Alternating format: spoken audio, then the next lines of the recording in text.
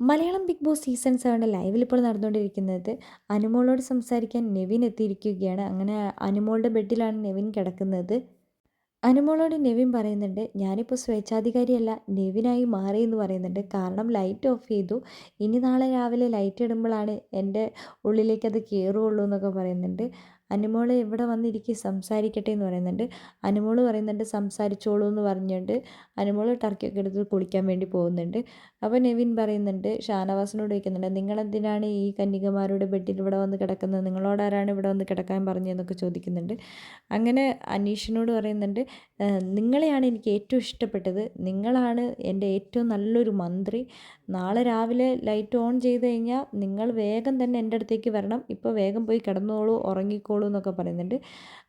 നെവിൻ സ്വേച്ഛാധികാരിയായിട്ട് നിങ്ങൾക്ക് ഇഷ്ടപ്പെട്ടോ? ജിസേലിൻ്റെയും നെവിൻ്റെയും അഭിനയം എങ്ങനെയുണ്ടായിരുന്നു? അനുമോളെ ചില സ്ഥലങ്ങളിൽ ടാർഗറ്റ് ചെയ്ത് റെന സംസാരിക്കുന്നതായി നിങ്ങൾക്ക് തോന്നിയിരുന്നോ?